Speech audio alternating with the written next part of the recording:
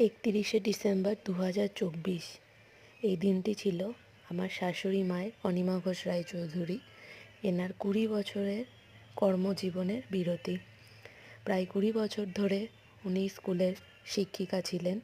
এবার এই নতুন বছর 2025 সালে থেকে শুরু হলো ওনার রিটায়ারমেন্ট পিরিয়ড।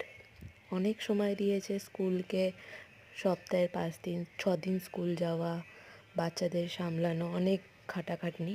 এবার হচ্ছে নিজের জন্য সময় দেয়া, এবার একটু নিজের জন্য বাঁচা, ঘোরা ফেরা, এই এখন এই রিটায়ারমেন্ট জীবনের এই শুরু।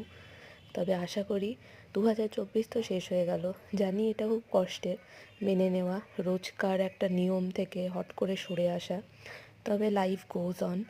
2025 যেন খুবই ভালোভাবে, সুস্থভাবে এবং আনন্দে উনি কাটাতে পারেন, এটাই কামনা করি। ভালো লাগলে লাইক, সাবস্ক্রাইব।